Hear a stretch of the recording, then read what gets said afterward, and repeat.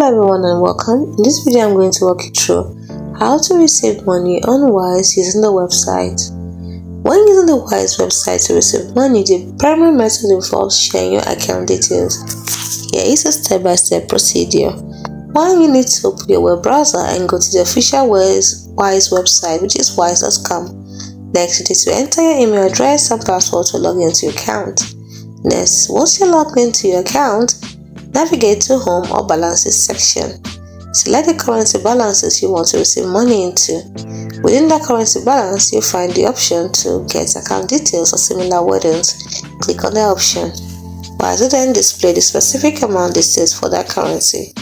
These details may include account number and routing number for USD, IBAN for euros and other countries, SWIFT/PIC code, bank name and address.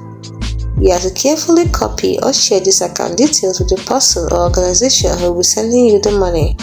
Ensure that you provide the correct details to avoid any delays or errors.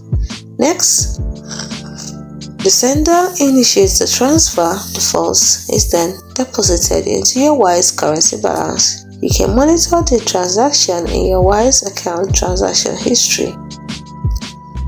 Important consideration: currency balances. You must have an active currency balance in the currency you want to receive.